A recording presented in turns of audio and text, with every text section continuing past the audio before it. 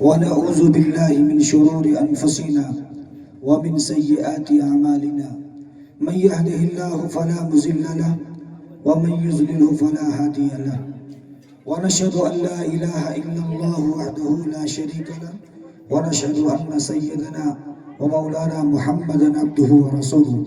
أعوذ بالله من الشيطان الرجيم. بسم الله الرحمن الرحيم. لقد كان لكم في رسول الله أسوة حسنة. صدق الله مولانا العظيم وصدق رسوله النبي الكريم ونحن على ذلك لمن الشاهدين والشاكرين والحمد لله رب العالمين. یقین محکم عمل پہ ہم محبت فاتح عالم. یقین محکم عمل پہ ہم محبت فاتح عالم. جہاد زندگانی میں ہے مردوں کی یہ شمشیریں. غلامی میں ناکام آتی ہیں تقدیریں نہ شمشیریں. جو ہو ذوق یقین پیدا تو کٹ جاتی ہے زنجیریں. مصائب میں الجھ کر مسکرانا میری فطرت ہے. مجھے ناکامیوں پر اشک برسانا نہیں آتا. اسٹیج پر موجود معزز علماء کرام، قابل قدر بزرگوں، نوجوان دوستوں، پردے میں بیٹھ کر سننے والی میری اسلامی ماں اور بہنوں، بہت دیر سے آپ حضرات قرآن مجید کی تلاوت، نعت پاک اور مقررین کی تقریر سے فیضیاب ہو رہے ہیں. بس تھوڑی دیر میں آپ کو اپنی طرف توجہ دلانے کی کوشش کروں گا اور چند قیمتی باتیں میں آپ حضرات کے گوشے گزار کرنے کی کوشش کروں گا. دعا کیجئے کہ اللہ تعالیٰ کہنے والے کو بھی اور سننے والے کو بھی عمل کی توفیق عطا فرمائے. کبھی میں یوں کہا کرتا ہوں کہ بے عمل زندگی ہو تو جذبات سے کیا ہوتا ہے. بے عمل زندگی ہو تو جذبات سے کیا ہوتا ہے. زمیں بنجر ہو تو برسات سے کیا ہوتا ہے. عمل شرط ہے تکمیل تمنا کے لیے، ورنہ رنگین خیالات سے کیا ہوتا ہے. گرامی قدر، جس مجلس میں آپ بیٹھے ہیں سب کا دل، سب کی توجہ اللہ اور اس کے رسول کی طرف ہے. مجلس کا بڑا فرق ہوتا ہے. ایک آدمی ہوٹل پر بیٹھتا ہے، اس کا مزاج، اس کی سوچ، اس کی فکر وہ الگ ہے. وہ دنیا کے اندر مست ہو کر ایسے ایسے خرافات اور ایسے ایسے بدعات اور ایسے ایسے غلط رسومات کی گفتگو کر کے نکل جاتا ہے. مجھے کہنے دیجئے کہ اللہ نہ کرے اس کا ایمان سے نکل جاتا ہے اور اسے پتہ بھی نہیں چلتا.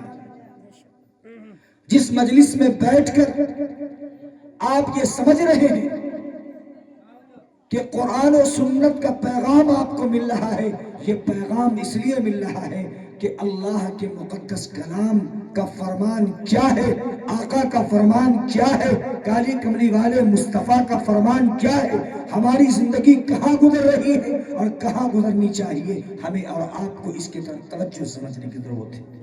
میں نے قرآن کی جو آیت پڑھی ہے، لَقَدْ كَانَ لَكُمْ فِي رَسُولِ اللَّهِ أُسْوَةٌ حَسَنَةٌ، ہمارے لیے اور آپ کے لیے آئیڈیل اگر کوئی ہے تو آقا انعامدار، مدینے کے تاجدار، عبداللہ کے لخت جگر، آمنہ کے نور نظر، ہمارے آقا اور آپ کے آقا، چرند پرند کے آقا جناب محمد رسول اللہ صلی اللہ علیہ وسلم کی ذات گرامی. میرے بھائیوں، مجھے کہنے دیجیے، مسلمان آج گربان اٹھا کر، کالر اٹھا کر کے کہتا ہے کہ میں مسلمان ہوں. لیکن مگر اگر آپ سے یہ پوچھوں تمہاری زندگی عمل کے اعتبار سے کتنا آگے ہے تو شاید کہ میری نظر شرم کے مارے جھک جائے گی. میں رسول اللہ کا دیوانہ. تمہاری زندگی میں نبی کی عظمت نہیں ہے، تمہاری زندگی میں نبی کا فرمان نہیں ہے، تمہاری زندگی میں آقا کا طور و طریقہ نہیں ہے، پھر کہتے ہو مسلمان. تو میں اتنا کہہ سکتا ہوں کہ دعوی مسلمان ہے، یہ عملی مسلمان نہیں. دعویٰ سے کوئی مسلمان ہونے والا تو ہو سکتا ہے لیکن عمل کی ضرورت تھی، کیونکہ عمل کے بغیر انسان اپنی زندگی کو اگر زندگی گزار لے تو میں یہ سمجھتا ہوں کہ آخرت میں اگر پوچھا جائے گا تو آپ کے عمل کے بارے میں پوچھا جائے گا. کیا ہے آپ کے پاس مسلمانوں؟ آپ کے زندگی کا ہر لمحہ، ہر آن، ہر گھڑی، ہر ساتھ ایسا ہے کہ میں جو چاہوں گا کروں گا، کون ہماری بستی کا ہمارا کر لے گا؟ کون نوجوان ایسے بڑھ رہا ہے، کوئی کسی کی قدر کرنے کو تیار نہیں، کوئی کسی کے سامنے عزت کرنے کو تیار نہیں، جبکہ جناب محمد رسول اللہ صلی اللہ علیہ وسلم نے طریقہ یہ بھی بتایا تھا کہ تم بڑوں کا احترام کرو، اور بڑوں کو یہ بتایا تھا کہ تم چھوٹوں پر شفقت کرو۔ آج بڑوں کا بھی وہی حال ہے، چھوٹے کو دیکھ کر گالیاں بولتا ہے، چھوٹوں پر ظلم کرتا ہے، یتیموں کو ستاتے ہو، بیواؤں پر ظلم کرتے ہو، غریبوں کا خیال نہیں کرتے، پڑوسیوں کا خیال نہیں کرتے، جبکہ جناب رسول اللہ صلی اللہ علیہ وسلم نے سارے طریقے مجھے بتائے تھے، ہم نے اس طریقے کو پس پش ڈال دیا۔ کہاں ہے آپ کا قرآن؟ ابھی مولانا نے قرآن کی بات کی نا، قرآن کو سینے سے لگانے کی ضرورت تھی، آج آپ نے قرآن کو پس پوچھ ڈالا۔ کتنے مسلمان ہیں جو قرآن پڑھتا ہے؟ پورے مجمع میں اگر آج مال پٹی کے مسلمانوں، میں اگر آپ سے پوچھوں گا، اتنا بڑا مجمع ہے، 100-200 آدمی یہاں پر موجود ہے، مجھے بتائیے کہ آپ قرآن کو پڑھتے ہیں؟ آپ کہیے گا حضرت ابھی رمضان نہیں آیا ہے، رمضان آئے گا تو قرآن پڑھوں گا۔ میرے غیور مسلمانوں، کیا قرآن رمضان المبارک کے لیے خاص ہے؟ نہیں میرے عزیزوں، میرے بزرگوں، جو مقدس کتاب اللہ نے اپنے محبوب کبریا امام الانبیاء جناب رسول اللہ صلی اللہ علیہ وسلم پر نازل فرمایا، آپ غار حرا میں ہیں، جبرائیل امین آتے ہیں، کہتے ہیں اقرا، پڑھو۔ کس کے نام سے؟ بِاسْمِ ربک، اپنے پروردگار کے نام سے۔ سب سے پہلا حکم اگر ملا تھا تو قرآن کریم کے پڑھنے کا اور تعلیم کا حکم دیا تھا، جبرائیل امین نے دیا تھا۔ جبرائیل کو بھیجا کس نے تھا؟ خالق کائنات نے بھیجا تھا، جو آسمان کا مالک ہے، جو زمین کا مالک ہے، جو چاند اور سورج کا مالک ہے، جو ہمارے اور آپ کا مالک ہے۔ اللہ نے جبرائیل کو کہا، جاؤ میرے محبوب کو کہو اقرا، پڑھو اپنے رب کے نام سے جس رب نے تم کو پیدا کیا ہے۔ اللہ کے رسول محمد رسول اللہ نے اس قرآن کریم کو پڑھا ہے، اور قرآن کریم کو پوری دنیا کے لیے رحمت بنا کر، پوری دنیا کے لیے ہدایت بنا کر کے مبعوث کیا گیا۔ جو پڑھتا ہے وہ ہدایت پا جاتا ہے۔ اس کے اندر خاص نہیں ہے کہ مومن قرآن پڑھے گا اور غیر مومن قرآن نہیں پڑھے گا۔ قرآن کریم میں اللہ نے فرمایا ھدی للناس، ہدایت ہے انسانیت کے لیے، ہدایت ہے لوگوں کے لیے۔ لوگ کون ہیں؟ آدم کی جتنی اولاد ہیں، آدم کے جتنے لوگ ہیں، آدم کی جتنی اولادیں ہیں، مرد ہو یا عورت، چاہے مسلمان ہو یا غیر مسلمان، چاہے وہ آگ کا پجاری ہو یا سجدہ کرنے والا ہو یا سجدہ کرنے والا نہیں ہو، سارے انسانوں سے اللہ مخاطب ہے۔ اور قرآن کہتا ہے ہمیں ہدایت والی کتاب۔ آج ہدایت والی کتابوں کو ہم نے کہاں ڈال دیا میرے بھائیوں؟ کاش اگر ہماری زبان پہ قرآن کریم کی آیات مبارکہ ہوتی جس کے بارے میں یوں کہا گیا ہے جب پڑھا جاتا ہے تو ایک حرف پڑھنے پر 10 نیکیاں۔ آپ کو کیا آخرت میں نیکیوں کی ضرورت نہیں پڑے گی؟ اللہ تبارک و تعالیٰ پوچھے گا دنیا سے کیا لائے ہو؟ اعمال پیش کرو گے تو کم سے کم قرآن آیات کے بھی اعمال ہونے چاہیے۔ ایک حرف پر 10 نیکی، اللہ اکبر۔ کوئی آدمی قل ہو اللہ پڑھ دے، آپ کہیں گے مولانا، آپ کہیں گے میں تو مولانا نہیں ہوں، میں تو حافظ نہیں ہوں، میں تو قاری نہیں ہوں، تو قرآن تو ہمیں اتنا نہیں آتا۔ میرے بھائیو، اگر آپ کو قل هو اللہ احد یاد ہے، اگر آپ کو قل اعوذ برب الناس یاد ہے، اگر آپ کو الحمدللہ رب العالمین والضالین تک یاد ہے، آپ تمام حرفوں کو آپ نوٹ کر لیجئے، شمار کر لیجئے، گن کر کے مجھے بتائیے کتنے حروف ہیں۔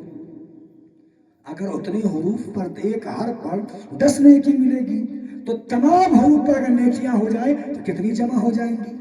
تو کیا آپ جمع کرنے کو تیار نہیں؟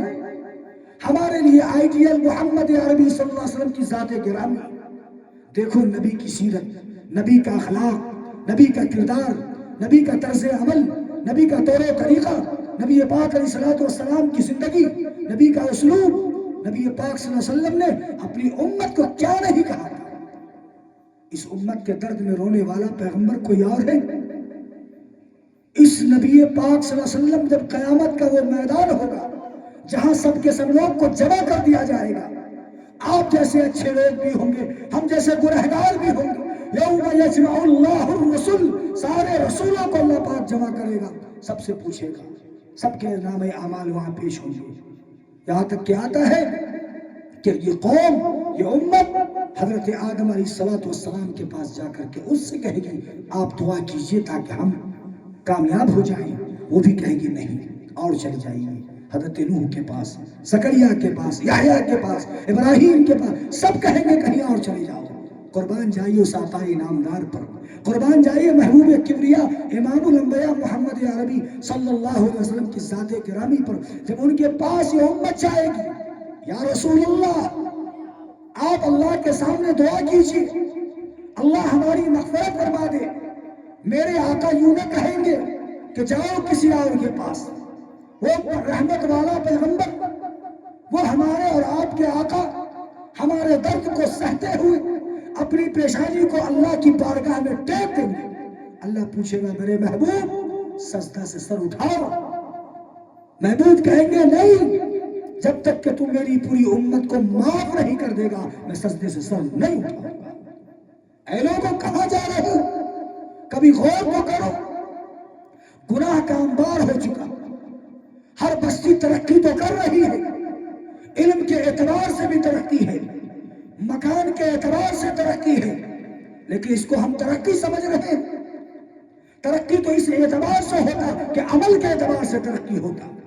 سیدنا ابو بکر صدیق رضی اللہ تعالیٰ عنہ، سیدنا عمر فاروق رضی اللہ تعالیٰ عنہ، حضرات صحابہ کو دیکھیے ان لوگوں نے کیسے مقابلہ کیا تھا ایک دوسرے سے کہ ہم مقابلہ کر کے آگے بڑھ جائیں عمل کے اعتبار سے۔ ایک مرتبہ حضور کریم صلی اللہ علیہ وسلم نے اعلان کر دیا کہ اعلاء کلمت اللہ اور اسلام کی بقا، اس کی تحفظ کے لیے مال و دولت بھی خرچ ہوا کرتا ہے، سب اپنے اپنے گھر سے اٹھا کر سامان لے آؤ۔ ابو بکر گئے سارا سامان لا کر حضور کے قدموں میں ڈال دیا، حضرت عمر گئے آدھا مال گھر والوں کے لیے چھوڑا اور آدھا مال حضور کے پاس لے آئے۔ مقابلہ ہو رہا ہے، جان بھی جا رہی ہے، مال بھی دیا جا رہا ہے، اور حقیقت مسلمان وہی ہے کہ جان مانگو تو جان دوں گا، مال مانگو تو مال دوں گا، پر ہم سے نہ ہو سکے گا کہ نبی کا چاہو جلال دوں گا، نبی کے نام پر قربان ہو جائے گی۔ آقا کی سنت کو گلے لگا لیجیے۔ یہ چند روزہ زندگی کو آپ یہ تصور کرتے ہیں کہ ہماری واہوائی زندگی، یہ جو مکان بڑے اونچے اونچے دیکھ رہے ہیں یہ سب قیامت کی علامت ہے۔ اب توجہ سے سنیے، اللہ کے رسول صلی اللہ علیہ وسلم، یہاں پر ہماری خواتین مائیں بیٹھی ہیں، کچھ پیغام ان کو بھی دے دوں۔ قیامت کی علامت میں یہ ہے کہ عورتیں خوشبو استعمال کر کے غیروں کے لیے استعمال کریں گی۔ اب آپ کو احساس ہوگا مولانا عورتیں غیروں کے لیے خوشبو استعمال کریں گی؟ ہاں ہاں، حضرت عائشہ صدیقہ رضی اللہ تعالی عنہ سے پوچھا گیا، حدیث پاک میں آتا ہے کہ زلزلے کیوں آتے ہیں؟ تو حضرت عائشہ فرماتی ہے کہ زلزلے اس لیے آتے ہیں کہ عورتیں خوشبو غیر مردوں کے لیے استعمال کرتی ہیں تو اللہ پاک زلزلے والا عذاب نازل کرتا ہے۔ آج گھروں میں کا حال دیکھیے، جن عورتوں کو یہ حکم ملا تھا اپنے شوہر کے لیے بنو، زینت اختیار کرو، آج ہماری مائیں، آج ہماری بہنیں، آج سماج کی بیٹیاں، آج معاشرے کی بیٹیاں گھروں میں اس طرح رہتی ہیں، اسے کچھ مطلب نہیں، لیکن جب بازاروں کی زینت بنتی ہے، شادیوں کی زینت بنتی ہے تو ایسے ایسے لباس اور ایسا ایسا پرفیوم استعمال کرتی ہے جو مجرمانہ انداز۔ اما عائشہ نے اس لیے کہا تھا۔ اور قیامت کی علامت یہ اونچی اونچی جو مکان آپ دیکھ رہے ہیں، کون ہے ایسا ہے جو آپ کو کچا نظر آئے گا؟ سارے گھر پکے کے ہو جائیں گے۔ آج مقابلہ گھروں کا ہو رہا ہے، فلانا چچا کا گھر 2 منزل کا ہے، میں اپنے بیٹے سے کہوں گا 3 منزل کا بنا لینا۔ میرے بھائیوں، تم مقابلہ مکان سے کر رہے ہو، تم مقابلہ دکان سے کر رہے ہو، تم مقابلہ مال سے کر رہے ہو۔ ارے میاں، مقابلہ کرنا ہے تو آؤ اپنے اعمال سے کرو۔ اگر کوئی 5 وقت کی نماز پڑھتا ہے تو ملپاٹی کے مسلمانوں، تم میں سے ایک شخص جو 5 وقت پڑھتا ہے وہ تہجد میں کھڑا ہو کر کے مقابلہ کرے گا کہ میں رات کے سناٹے میں جب ساری دنیا سو رہی ہوگی، میں اللہ کی بارگاہ میں کھڑا ہو کر کے نماز پڑھوں گا اور کہوں گا، اے اللہ، ساری دنیا سو رہی تھی، میں جاگ کر تمہیں یاد کر رہا تھا، تم مجھے یاد کر لو۔ اس کا مقابلہ ہونا چاہیے۔ میرے غیور مسلمانوں، قیامت کی علامت یہ بھی ہے کہ جس باپ نے اپنے بچوں کو پالا پوسا بڑا کیا، تعلیم حاصل کروایا، آج وہ بچہ اپنے باپ کو چھوڑ کر دوستوں کی بات مانے گا، غیروں کی بات مانے گا اور باپ کی باتوں کو ٹھکرا دے گا۔ یہ قیامت کی علامت میں سے ہے۔ یاد رکھنا، جب یہ دور آ جائے کہ باپ کی باتوں کو پسے پوچھ ڈالا جائے گا اور غیروں کی، دوستوں کی باتوں کو آگے کر دیا جائے گا، تو سمجھ لینا کہ قیامت قریب ہے۔ اسی طریقے سے اگر کوئی شخص اپنی ماں کو بادی سمجھنے لگے، ماں کی نافرمانی کرنے لگے اور اس کو برا بھلا کہنے لگے، یاد رکھنا یہ قیامت کی علامتوں میں سے ہے۔ آج وہی ہو رہا ہے۔ اس ماں سے کوئی پوچھے، اس باپ سے کوئی پوچھے، جس ماں باپ نے بڑھاپے کے عالم میں رکشہ چلا کر، ٹھیلا چلا کر، دوسروں کا دھان کاٹ کر، دوسروں کی کھیتی باڑی کر کے، دوسروں کے کھیت پر ہل چلا کر کے بال بچوں کو پالا پوسا بڑا کیا، آج وہی بچہ جب جوان ہو گیا، صاحب علم ہو گیا، صاحب دولت ہو گیا، صاحب ثروت ہو گیا، تو باپ کیا، لوگ باپ کو بھی باپ کہنا چھوڑ دیتا ہے۔ یہ آپ کا کہاں چلے گئے میرے بھائی؟ یہ زمانہ ایسا ہے، یہ دور ایسا ہے۔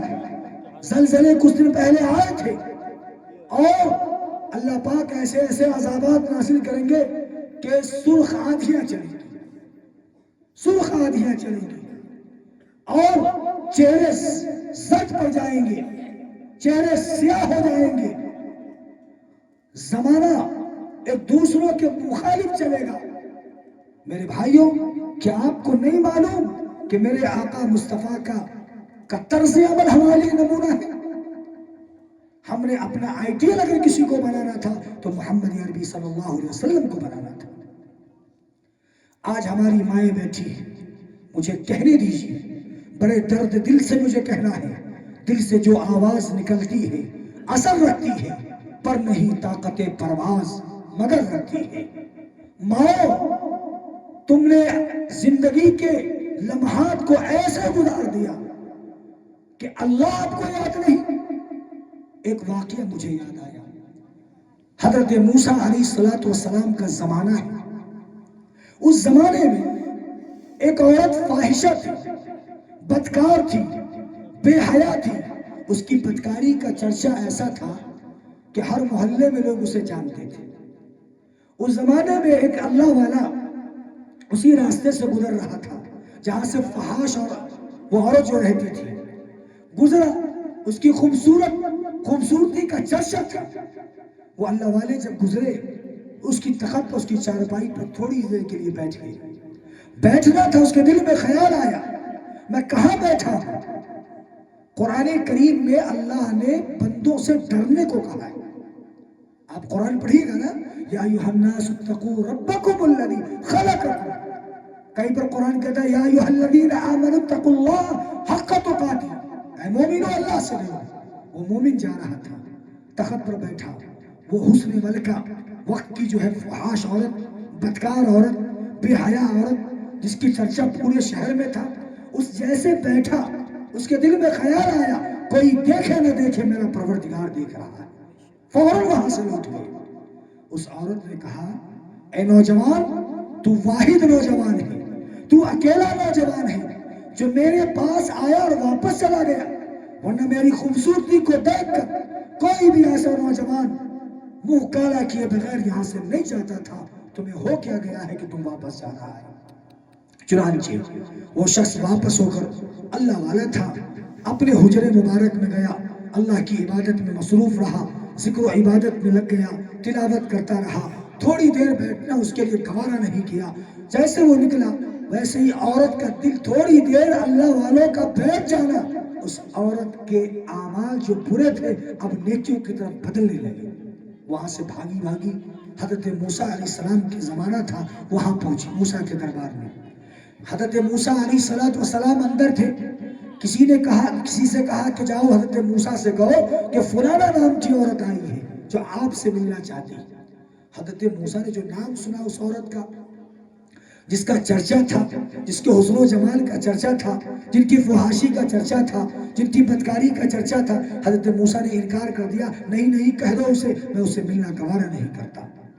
وہ عورت کے دل میں یہ بات آئی، کیسے اللہ دنیا بدلتا ہے۔ اس نے سوچا کہ میرا خدا تو ناراض ہے ہی، اللہ کا پیغمبر بھی ناراض ہے، چلو میں توبہ کرتی ہوں، اللہ کے سامنے توبہ کرتی ہوں اور زندگی کو بدلنا چاہتی ہوں۔ اس بدلنے کے چکر میں اس نوجوان کی تلاش میں نکلی، جو نوجوان اس کے چارپائی پر بیٹھ کر چند منٹوں میں نکل گیا تھا۔ بھاگتی بھاگتی پہنچی، اس کے دربار پر پہنچی۔ جب وہاں پہنچی تو لوگوں نے سے معلوم کیا، مجھے اس نوجوان کا پتہ بتاؤ۔ اس نے کہا کہ وہ اللہ کی عبادت میں مصروف ہے اپنے معمول کے اعتبار سے، تھوڑی دیر انتظار کرو، اپنے معمولات پورا کر کے جیسے نکلیں گے تمہاری ان سے ملاقات ہوگی۔ اس عورت نے وہی توبہ کر لیا کہ میں اس لیے جا رہی ہوں، یا تو میں اس کے نکاح میں آ جاؤں گی، یا پھر میں کہوں گی کہ تم اپنی خادمہ بنا لو، میں تو توبہ کر چکی ہوں، اب گناہ سے پاک ہوں گی اور اس کی خادمہ بن جاؤں گی یا نکاح پیش کروں گی۔ چنانچہ وہ نوجوان اللہ کی عبادت میں مصروف تھا، وہ فاحشہ عورت توبہ کرنے کی غرض سے وہاں پہنچ گئی توبہ کرتے ہوئے۔ جیسے نوجوان نکلا، اس کی نگاہ اسی عورت پر پڑ گئی۔ اللہ اکبر، جس سے میں بھاگا تھا، جس کو چھوڑ کر کے آیا تھا، وہ یہاں تک چلی آئی، لیکن ابھی جو آئی ہے اس کا مقصد کچھ اور ہے۔ وہاں جب پہنچی تو اس نے دیکھا اللہ تبارک و تعالیٰ تو احکم الحاکمین ہے، حکیموں کا کام حکمتوں سے خالی نہیں ہوتا۔ اللہ پاک نے اس نوجوان کی روح نکالی، جیسے اس کی نظر پڑی وہ انتقال کر گیا۔ اب اس نے سمجھا یا اللہ یہ کیا ہو گیا، میں تو تمام کاموں سے توبہ کر کے آئی ہوں، اللہ کی طرف متوجہ ہونے آئی ہوں اور نیک نیت کے ساتھ آئی تھی، لیکن یہاں بھی حادثہ ہوا، اب کیا کروں؟ اس نے اپنا پورا واقعہ سنایا ان لوگوں سے۔ لوگوں نے کہا کہ ان کے 5-6 بھائی ہیں، ان میں سے کسی سے نکاح کر لو۔ چنانچہ اس نے نکاح کا پیغام دیا، ان کے بھائیوں میں سے اس کا نکاح ہوا۔ وہ عورت جو فاحشہ تھی، جو بدکار تھی، جو گنہگار تھی، جس کے برائیوں کا چرچا پورے شہر میں تھا، اللہ کے سامنے جب توبہ کیا، اللہ کی قسم توبہ کرنے والوں کو رب کائنات قبول کرتا ہے، توبہ کرنے والوں کو اللہ معاف کر دیتا ہے۔ اس عورت نے جب شادی کر لی، اس کے کوکھ سے 2-4 جو بچے پیدا ہوئے، وہ سارے کے سارے بچوں اللہ کے ولی پیدا ہوئے۔ کوکھ غلط تھا تو بچے غلط ہوتے، کوکھ اچھی تھی تو بچے اچھے ہوئے۔ میری ماں، میرے عرض کرنے کا مقصد یہ ہے کہ جس گناہ میں تم زندگی کاٹ رہی ہو، غیبت میں تمہاری زندگی، چغلخوری میں تمہاری زندگی، بے حیائی میں تمہاری زندگی، تمہاری پیشانی کے نیچے مصلے آباد نہیں، تمہارے گھروں میں نماز کا طریقہ نہیں، اپنے آپ کو نماز پڑھتی، اپنی بیٹیوں کو نماز پڑھاتی تو تمہارا گھر بارونق ہوتا، لیکن تمام کاموں کو چھوڑ دیا۔ دیکھا اس عورت نے اللہ سے توبہ کی تو اللہ نے اسے کامیاب کر دیا۔ اس لیے میری ماں، تم توبہ کر کے اللہ کے سامنے رجوع اللہ ہو جاؤ اور کہہ دو اے بارے الہ، ہم نے یہ گناہ کیا، ہم نے یہ خطائیں کی ہے، سارے گناہوں کو معاف کر اور مستقبل میں نیک کام کرنے کی تیاری ہمیں اور آپ کو کرنی چاہیے۔ یہ ہماری ماؤں کی ضرورت تھی، یہ ہماری بہنوں کی ضرورت تھی۔ معاشرہ پراگندہ ہو چکا ہے، کوئی بھی سماج کی لڑکیاں، پہلے زمانے میں لڑکیاں تو چھوڑ دیجیے، کسی ہوٹل میں، یہاں پر کچھ لوگ پرانے لوگ بیٹھے ہوئے، کسی ہوٹل میں اگر آپ بیٹھے ہوتے تو میرا یقین یہ ہے کہ کوئی بچہ آپ کو دیکھ کر نہیں بیٹھتا، نہیں جاؤں گا، کیوں بھائی؟ فلانا چچا بیٹھے ہوئے ہیں، فلانا دادا بیٹھے ہوئے ہیں، آپ کی قدر کر کے وہ واپس چلا آتا۔ مگر آج کا یہ نوجوان جو کھڑا ہے، میں ان سے مخاطب ہو کر کہنا چاہتا ہوں، میرے بھائیوں، تمہاری ضمیر کہاں مر گئی؟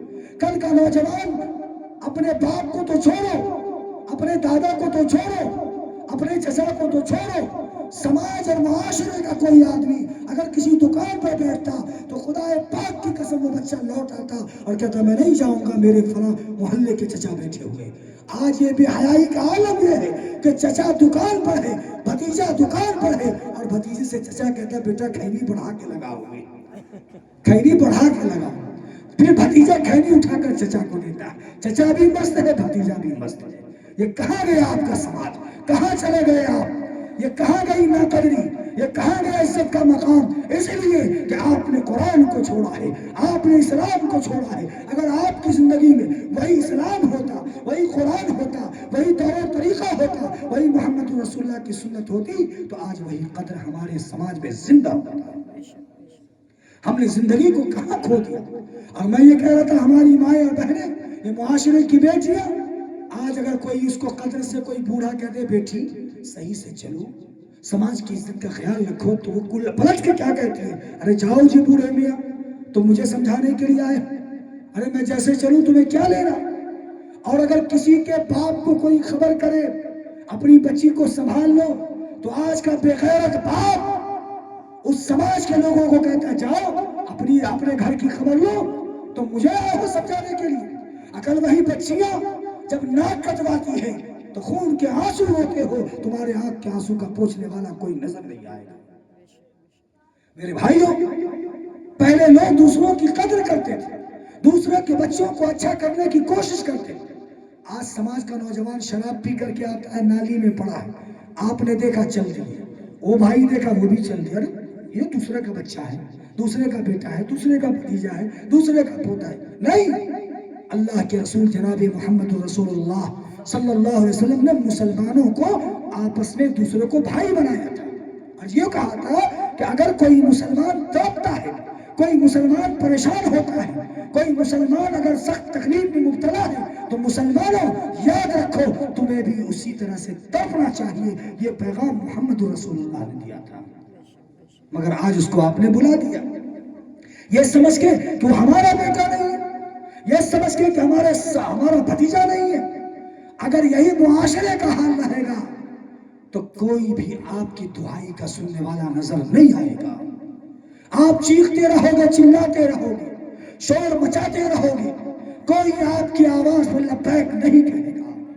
تم اپنے آپ کو سمجھو، اپنے کو پہچانو، میں کون ہوں؟ میں محمد الرسول اللہ کا غلام ہوں، میں نبی کے نام پر جان دینے والا ہوں، میں نبی کے نام پر اپنی جانیں قربان کر سکتا ہوں، مگر میرے بھائی اسلام کا جنازہ میری آنکھوں کے سامنے نکلتا ہے، اسلام کی تصویر کو بدنما داغ لگایا جاتا ہے، لیکن آپ کو کسی کو ایک دوسرے کی پری نہیں ہوتی۔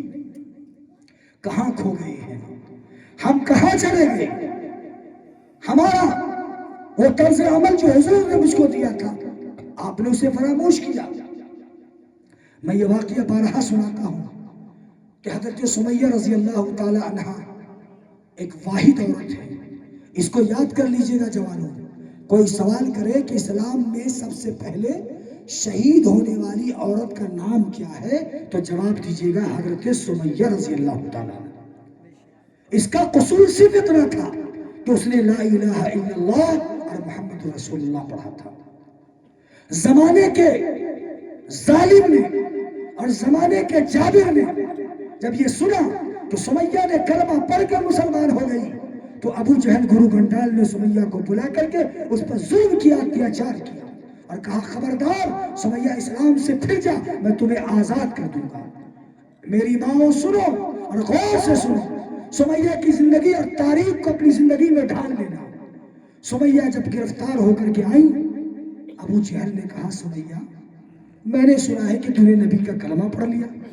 سمیہ مسکرا کے کہنے لگے ابو جہل بتا چاہتا کیا ہے، بتا تو کہنا کیا چاہ رہا ہے؟ کہا کہ میں یہ چاہ رہا ہوں کہ تو کلمہ چھوڑ دے، میں تمہیں آزاد کر دوں گا۔ حضرت سمیہ پر 100 جانیں قربان۔ اس صحابیہ نے کہا میری جان جائے تو جائے پر ایمان نہیں جائے گا، جان چلی جائے گی مسکرا کے دم توڑ دوں گی، نبی کا کلمہ نہیں چھوڑوں گی۔ ظالموں نے ظلم کیا، حضرت سمیہ کو مارا، ستایا، کپڑے اتار دیے گئے، شرمگاہوں کو برچھا مار دیا گیا، اور اونٹ کی گردن میں رسی لگا کر اور سمیہ کے پاؤں میں باندھ کر ایک کو مشرق کی طرف ایک کو مغرب کی طرف ہٹا دیا اور دونوں پاؤں کو چیر دیا گیا۔ مگر سمیہ کے ایمان کو سلام پیش کرو کہ جان تو دے دیا پر کلمہ نہیں چھوڑا۔ آج تھوڑی تھوڑی باتوں پر ہمارا ایمان بکتا ہے۔ ابھی الیکشن گزرا ہے نا 2-4 دن پہلے، کیسے کیسے لوگ ایمان بیچنے والے مسلمان، ایمان کے نام پر قربان ہونے والا ہمیں چاہیے کہ ایمان کا سودا نہیں کریں گے. کوئی ظالم اگر ہماری گردن پہ تلوار رکھ کر کہتا ہے اے مسلمانوں تم گردن بچاؤ گے کہ ایمان بچاؤ گے. اب سوال کرتا ہوں کہ مال پٹی کے مسلمانوں ہم تمہارے گردن پر تلوار رکھ رہے ہیں اور سوال کرتے گردن اڑا دوں گا. ظالم آئے گا، منافق آئے گا اور کہے گا گردن اڑا دوں گا، بتاؤ ایمان پہلے کہ گردن؟ ہم سے لوگ کہیں گے بھیا ایمان میں چھوڑ دوں گا، گردن سے بس تلوار ہٹا لیجیے. میرے بھائیوں نہیں، گردن لے لو مجھے منظور ہے، پر نبی کا کلمہ چھوڑنا مجھے منظور نہیں. ایسا ایمان کو پختہ کرو. ابھی مولانا نے کہا شکیل بن حنیف ایمان کا سوداگر، ایمان کا ڈکیت، ایمان کا لٹیرا اپنے آپ کو کہتا ہے میں جو ہے نبی ہوں، میں مہدی علیہ السلام ہوں. یاد رکھو ایسے ظالموں سے بچو. جب قرآن کریم نے کہہ دیا ما کان محمد ابا احد من رجالکم ولکن رسول اللہ وخاتم النبیین، اب کوئی نبی نہیں ہوگا. ایسے ایسے مکار ملیں گے. جو لوگ دیہات میں ہیں اسے تو کم ملیں گے، جو لوگ شہر میں ہیں، جو لوگ سڑکوں پر ہیں، جو لوگ ٹرین میں ہیں، جو لوگ پلین میں چلتے ہیں، تو طرح طرح کے لوگ آپ سے ملیں گے اور ایسی ایسی باتیں کریں گے، ایسی ایسی کہ آپ اس کے دل دادا ہو جائیں گے. ایسے لوگوں سے بچیے. آخری پیغمبر، آخری نبی اگر کوئی ہے تو فقط محمد عربی صلی اللہ علیہ وسلم. اس کے بعد کون نبی؟ کوئی نبی نہیں ہو سکتا. خود حضور نے کہا تھا لو کان بعدی لکان عمر، اگر میرے بعد کوئی نبی ہوتا تو حضرت عمر ہوتے. پتہ چلا نبوت ختم ہو چکی. اب چاہے شکیل بن حنیف ہو یا کوئی اور ہو، اس سے پہلے بھی مرزا غلام احمد قادیانی کی تاریخ کو آپ نے پڑھا ہوگا جو اپنے آپ کو کہا تھا میں پیغمبر ہوں، لوگ مسلمان ہوں. تو ایسے لوگوں سے بچنا ہے اور ایمان کو بچانا ہے. ایمان کو بچانے کی ضرورت ہے میرے بھائیوں. اس لیے اس طرح کے لوگ ہمیشہ ملتے ہیں. گھبرانے کی ضرورت نہیں ہے، پر ایمان کو مضبوط کرنے کی ضرورت ہے. ایسے وقت میں ایمان کو مضبوط رکھیے گا. ڈرنا نہیں ہے، موت آنی ہے. جس دن آئے گی کوئی مائی کا لال روک نہیں سکتا. باپ مرتا ہے، بیٹا خوب مالدار ہے، خوب مالدار، اتنا مال کہ وہ اگر چاہے تو ڈاکٹر کیا سارے ڈاکٹر اور بڑے بڑے دواؤں کے وہ استعمال کرا سکتا ہے. لیکن اللہ جب موت دے دے تو دوا تمہاری ناکام ہو جائے گی، دولت تمہارے برباد ہو جائے گی، کوئی کام نہیں آئے گا. موت جو آئے گی اپنے وقت مقررہ پر آئے گی اور روح نکل کے چلی جائے گی. مت گھبرانا، اللہ نے جو طے دیا ہے موت کا وقت خدا بندے قدوس اپنے وقت مقررہ پر آپ کی روح کو نکال لے گا. لیکن میرے بھائیوں بتاؤ، چلتا چلتا یہ پیغام دینا چاہتا ہوں مسلمانوں، اپنے ایمان کی حفاظت کرنا، اپنے جوانوں کی قدر کرنا. جوانوں میں تمہیں پیغام دیتا ہوں اپنے بزرگوں کی قدر کرنا، اپنے بزرگوں کا اہتمام کرنا، اپنے ماں باپ کی قدر کرنا. جو ماں باپ اپنے بچوں کو پالا ہے، پوسا ہے، آپ کو تو جو پیسے والے اس کو تو سمجھ میں نہیں آتا. غریبوں سے پوچھو جس کے پاس اگر بیٹا بیمار پڑ جائے، ہاتھ ٹوٹ جائے، پاؤں ٹوٹ جائے تو علاج کرانے کے پیسے نہیں ہوتے، وہ زیور کو بندھک رکھ کر کے دوسروں سے قرضہ لے کر کے سود کا کاروبار کر کے اپنے چھوٹے چھوٹے بچوں کو کاندھا پر لے کر، جس کو سواری نہیں ہے کاندھے پر لے کر کے وہ ہاسپٹل جا کر بچوں کا علاج کرتا ہے. وہ بچہ ایک دن بڑا ہو کر کے کامیاب ہوتا ہے تو اسی ماں باپ کو تم برا بھلا کہتے ہو، اسی ماں باپ کو ستاتے ہو. اسی ماں باپ کے آنکھ کے آنسو کا قطرہ گرتا ہے، پھر تمہیں نہیں معلوم کہ اس کے آنکھ کے آنسو کے قطرے کی قیمت تم کیا چکا. میں کبھی کبھی شعر پڑھا کرتا ہوں کہ ماں سے بڑھ کر کوئی نام کیا ہوگا، ماں سے بڑھ کر کوئی نام کیا ہوگا، اس نام کا ہم سے احترام کیا ہوگا. جن کے پیروں کے نیچے جنت ہے اس کے سر کا مقام کیا ہوگا. اور کبھی کبھی یہ کہا کرتا ہوں کہ محنت کے عوض کوئی اجرت نہیں مانگی. اے نوجوانوں ماں کو سمجھو، محنت کے عوض کوئی اجرت نہیں مانگی، دنیا سے کوئی حسب ضرورت نہیں مانگی. یہ ماں کا جگر ہے کہ لہو اپنا پلا کر بچوں سے کبھی دودھ کی قیمت نہیں مانگی، بچوں سے کبھی دودھ کی قیمت نہیں مانگی. میرے غیور مسلمانوں، آج اس پروگرام سے سبق لے کر کے جانا، اپنی زندگی کے اندر بدلاؤ پیدا کیجیے. اپنی زندگی کے اندر ایسا وقار بنائیے جس کو گزارے ایسے جس سے اللہ بھی راضی ہو اور کالی کملی والے آقا جناب محمد رسول اللہ صلی اللہ علیہ وسلم بھی راضی ہو. اللہ کو راضی کرنے کی فکر کریں گے, کالی کملی والے مصطفیٰ کی رسالت پر ایمان رکھیں گے, اس کو اپنا ہادی اپنا رہبر مانیں گے. ہمارے لیے کوئی نمونہ ہے تو محمد رسول اللہ صلی اللہ علیہ وسلم ہے. لقد کان لکم فی رسول اللہ اسوۃ حسنہ. ہمارے لیے کوئی آئیڈیل نہیں ہو سکتا سوائے محمد رسول اللہ صلی اللہ علیہ وسلم کے. ہم سب کو اسلامی تاریخ پڑھنی ہے, اسلام کا صحیح مطالعہ کرنا ہے, تاکہ کوئی پوچھ لے آپ سے کہ تم مسلمان ہو. اگر پڑوس میں رہنے والے کوئی برادران وطن کوئی ہندو بھائی کہے کہ بھائی آپ کو دیکھتا ہوں مسجد جاتے ہو, روزہ کا مہینہ آتا ہے روزہ رکھتے ہو, زکوٰۃ کا مہینہ آتا ہے زکوٰۃ دیتے ہو, ہر موڑ پر تم نیکی کا کام کرتے ہو, مجھے بھی تو کچھ بتاؤ, تم میرے دوست ہو, تم میرے جو ہے پریوار کے آدمی ہو, کبھی تو اپنا پیغام مجھے بھی دو. کیا جواب دو گے؟ کیا اللہ تبارک و تعالیٰ کو سمجھائیے گا؟ کیا کہے گا اللہ کون ہے, اللہ کیا ہے, کیا کرتا ہے, کیا کر رہا ہے, محمد کون ہے, محمد کا پیغام کیا ہے, محمد کا فرمان کیا ہے, محمد کا اصلی آنے کا مقصد کیا ہے؟ کیا جواب دو گے؟ تو کہیں گے ٹک ٹک دیدم دم نہ کشیدم, مجھے پتہ ہی نہیں ہے, میں کیا کہوں گا محمد کون. مجھے تو خود سے محمد کا نام معلوم ہے, محمد کا کام معلوم نہیں ہے. میرے بھائیوں, محمد کے کام کو سمجھنے کی ضرورت ہے, محمد کے کام کو عملی جامہ پہنانے کی ضرورت ہے. طے کرو کہ اس پروگرام سے اپنی زندگی کے وقار کو ملحوظ رکھتے ہوئے اسلامی معیار کے مطابق اسلامی اعتبار سے ہم سب زندگی بسر کریں گے انشاءاللہ تعالی. انشاءاللہ اللہ پاک ہم سب کو کہنے سننے سے زیادہ عمل کی توفیق رفیق مرحمت فرمائے. یہ خوبصورت سا مجمع مبارکباد کے مستحق ہے, ورنہ ایسے ویسے پروگرام میں بہت کم لوگ ملا کرتے ہیں. سبحان اللہ, آپ جیسے اچھے سامعین کو دیکھ کر کے اللہ پاک نے زبان سے چند اہم کلمات اور آواز نکالی ہے. اللہ پاک نے ہم سب کو عمل کی توفیق عطا فرمائے, اور اس مجمع میں جو لوگ